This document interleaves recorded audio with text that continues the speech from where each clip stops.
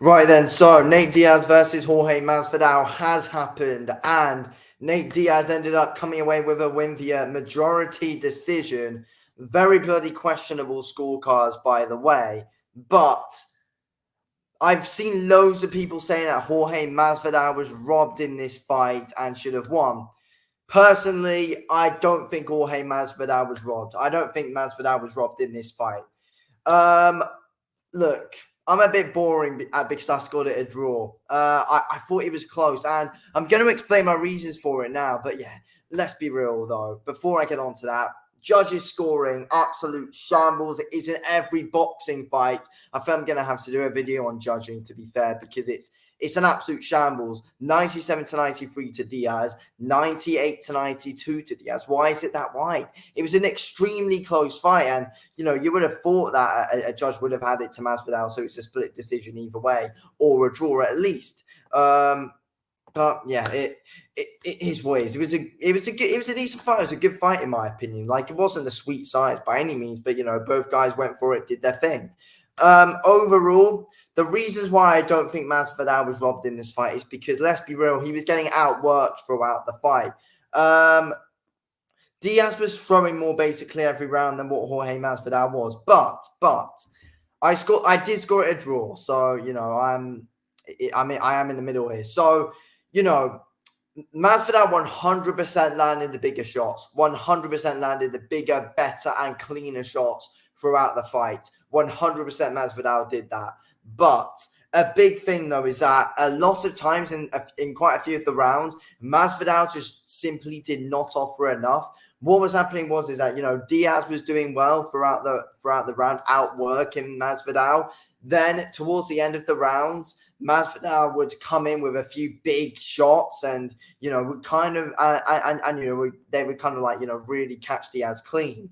But you then would end up possibly scoring those rounds to Diaz because Diaz was able to put the work in for literally all the whole of the round, not just for like the last 30 seconds where Masvidal was landing bigger shots. So that's how I was able to give quite a few of those rounds to Nate Diaz. But a lot of them though, it's like you look at it and it's like Masvidal, damaged him a bit too much in those rounds. So you've got to give them to Masvidal because he was damaging Diaz more. Like, the damaging shots came from Masvidal. So, that's why. Because a lot of the time, Diaz just left his shin high up in the air. And, he had zero defense in the fight, Diaz. Zero defense. Didn't really cover up. And, doesn't really have any air movement, So Masvidal was good at catching with some good left overhands, good right overhands, good straight right hand as well. And yeah, Masvidal was able to land some good shots down the pipe. But at the end of the day, you look at it and it's like Diaz has been doing the work for the majority of the round anyway. And, Masvidal, he's only having the odd spell in a few rounds. But you look at other rounds, though, and, Masvidal was dominating because, well, you give them definitely to Masvidal because because in a lot of them, Diaz just wasn't landing enough at all. And Masvidal's cleaner work was showing too much in those rounds. So you give them to Jorge Masvidal. This is how I scored the fight. So I gave round 1 to Nate Diaz, all 10 nines, by the way, to both guys. So round 1 to Nate Diaz, round 2 to Nate Diaz, round 3 to Masvidal, round 4 to Masvidal, round 5 to Masvidal, round 6 to Diaz, round 7 to Masvidal, round 8 to Masvidal, round 9 to Diaz, and round 10 to Diaz. But I think a lot of those rounds are swing rounds as well, where you could give them either way because, as I've been saying, in some rounds you might favor the damage of Jorge Masvidal. In other rounds, you just might favor that work rate from Nate Diaz. So that's at the end of the day. If I'm looking at the scorecards here, you'd think that those kind of judges were just simply favoring the work rate from Diaz and just didn't care about the damage done whatsoever. And that's what you got to do, though. You need to care about damage that is done. I thought the judge who gave it a draw was probably saying to me, like, you've got to consider the damage and you've got to consider the work rate as well from Diaz, and you've got to consider the damage from Masvidal. Because if we're being real, Masvidal never outworked Diaz in any of the rounds, possibly apart from that 8th round, I think it was, where Diaz didn't do a load, kind of had that round off. Then Masvidal was landing big shots to the body in that fight. And I feel like that's what some people didn't consider, like body shots in there from Masvidal, and especially those other 2 judges. But yeah, the referee scored it a draw. Was definitely, I think he knows his stuff, to be fair. He was, giving them both a chance in the rounds, swing rounds. You're considering the work rate from Diaz, but you're also considering how much damage Masvidal did do in that round, and if he did enough to take the round. So yeah, and that's why I think it was a draw. That's why I think it was a draw, because many of the rounds Diaz was just able to outwork Masvidal. Masvidal had the odd spell, but it just wasn't enough to take the round. Then there's other rounds where it's like Masvidal did some good damage in that round. You should probably give that round to him. So that was my thinking in the fight. It was close though, but if I'm being honest though, if Nate Diaz had a decent, if Nate Diaz just had an average defense, he would have been able to win the fight.